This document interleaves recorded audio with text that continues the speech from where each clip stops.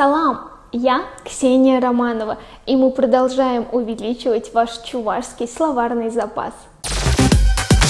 2020 год принес немало неудач и полгода изоляции без какой-либо возможности вести привычный образ жизни. Многие отнеслись к этой ситуации максимально негативно, но только не вы. Так ведь? Изоляция оказалась отличным поводом, чтобы изучить что-то новое или освоить новую профессию, к примеру, SMM. И если вы уже успели начать обучение, то запомните фразу «Эба SMM-ба шихонно курза ширандам». «Эба SMM-ба шихонно курза ширандам». Я записалась на курс по SMM.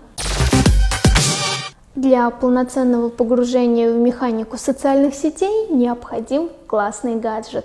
И на этой неделе компания Apple провела презентацию, где представила новый iPad. И если вы тоже смотрели презентацию, то, возможно, вам пригодится фраза «Куэрнере шаня iPad тухра, волмана шаудери килешра, куэрнере шаня iPad тухра, волмана шаудери килешра». На этой неделе вышел новый iPad, он мне так понравился.